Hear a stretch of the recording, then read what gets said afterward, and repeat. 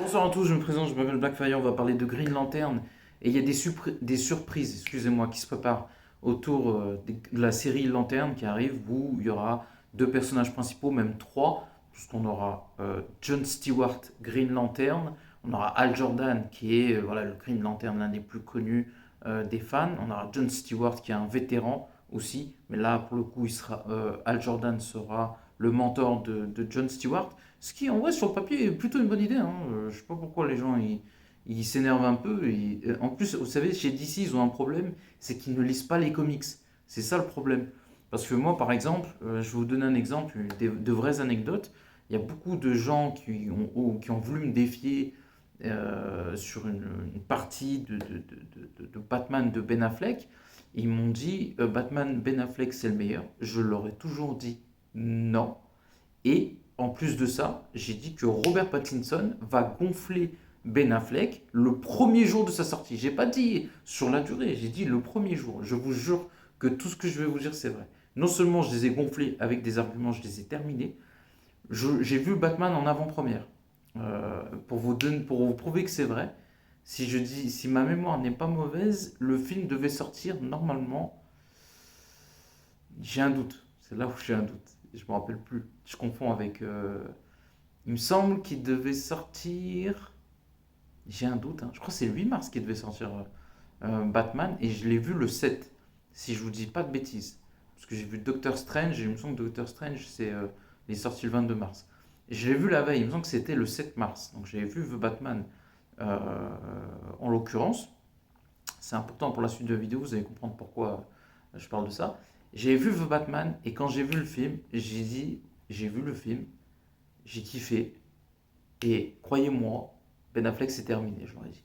Le jour d'après, parce que moi j'ai parlé de l'avant-première, donc le film quand il est sorti, les gens ils sont allés voir le film, je vous jure, hein, ils ont tous parlé en irlandais. Ah non mais on t'avait dit Robert Pattinson il serait incroyable. Oh je vous jure, j'ai vu des retournements de cap incroyables.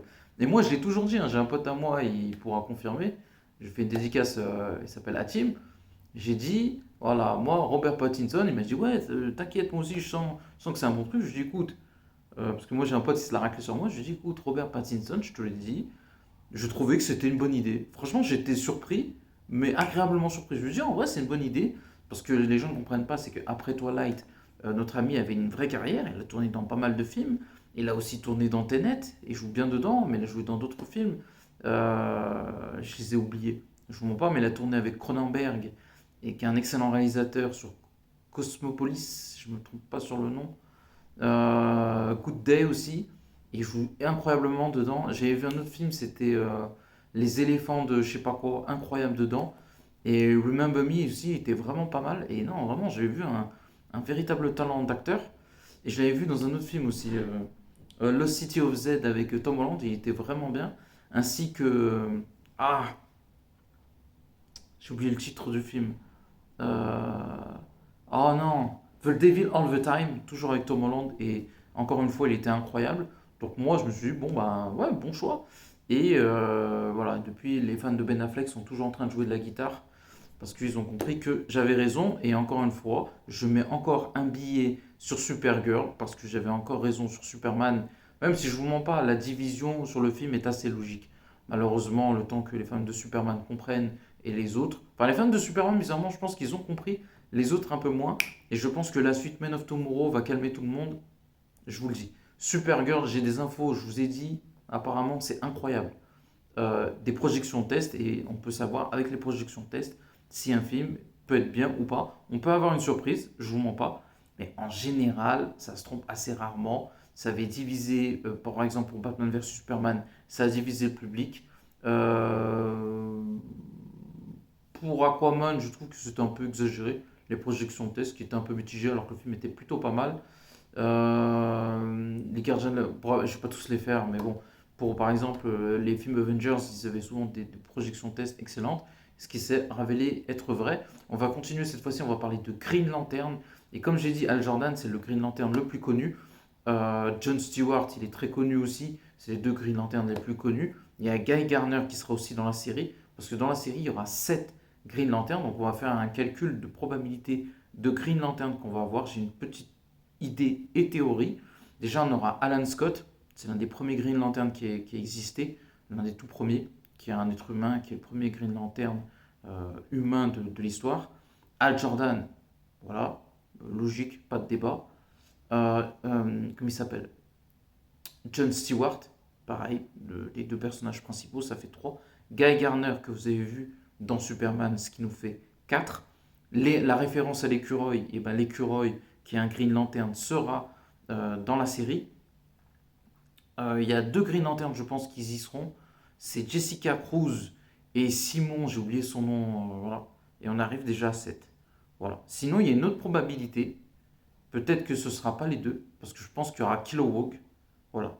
Et je pense peut-être Jessica Cruz ou Simon, l'un des deux, qui sont 2 excellents Green Lantern. Il y en a d'autres, hein, il y en a beaucoup.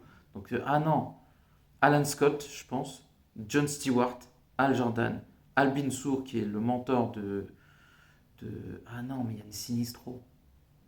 En vrai, c'est pas évident, hein. Alors attendez, on va voir, attendez, je réfléchis une minute.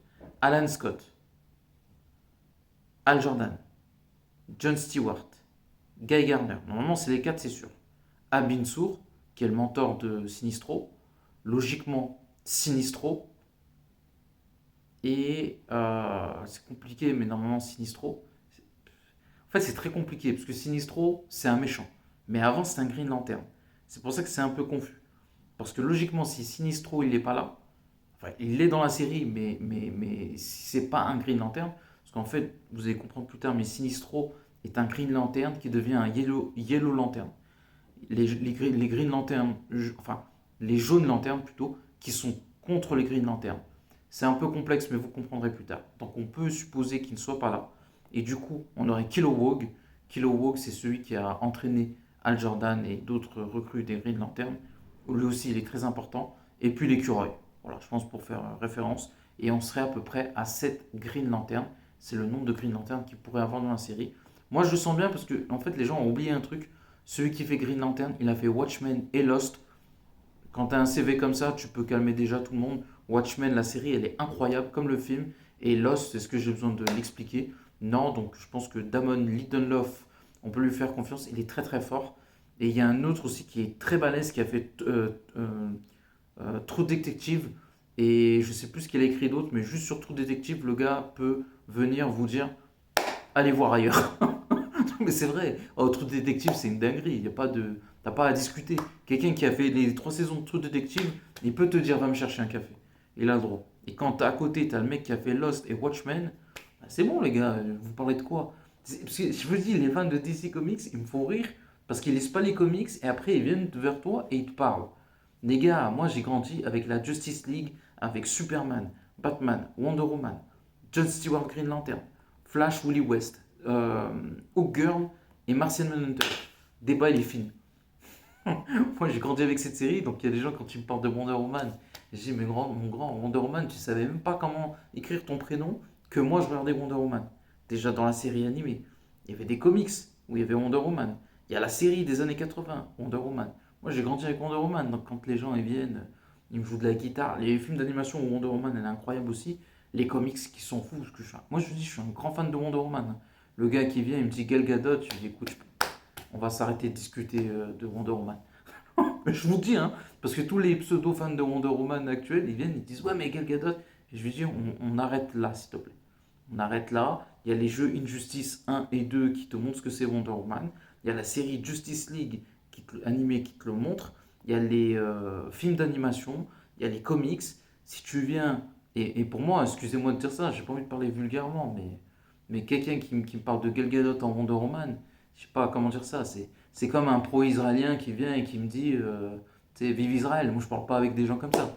Non, mais c'est vrai. Tu vois, on peut pas leur faire du mal parce que c'est interdit par la loi, alors que normalement ça devrait être autorisé par la loi. Donc moi, je parle ni aux pro-israéliens, ni aux pro-Gal Gadot. Moi, ça m'intéresse pas. Je parle pas avec eux. Moi, j'ai vu des gens, ils ont essayé de trouver une ambiguïté. Mais moi, il n'y a pas d'ambiguïté. La propagande, ça marche pas avec moi. Je connais Wonder Woman et c'est pas une israélienne. Débat, il est fini. C'est tout. Pour moi, il n'y a même pas besoin d'aller plus. En plus, elle est dégueulasse. Si encore elle ressemblait à une femme extrêmement belle, je peux comprendre. Si c'était Sydney Sweeney, je comprends que tu parles en irlandais. Mais là, frère, elle ressemble à. Elle ressemble. J'ai vu des morts plus jolies qu'elle. Je vous jure que c'est pas une blague. Et j'ai rien, et je fais pas qu'on appelle ça, de la nécrophilie. Voilà, c'est le mot que je cherchais. Comme quoi, à cette heure-ci, on peut dire des conneries, mais on peut avoir une bonne culture générale, ou de vocabulaire. N'oubliez pas de commenter, liker la vidéo, et à la prochaine. Ciao tout le monde.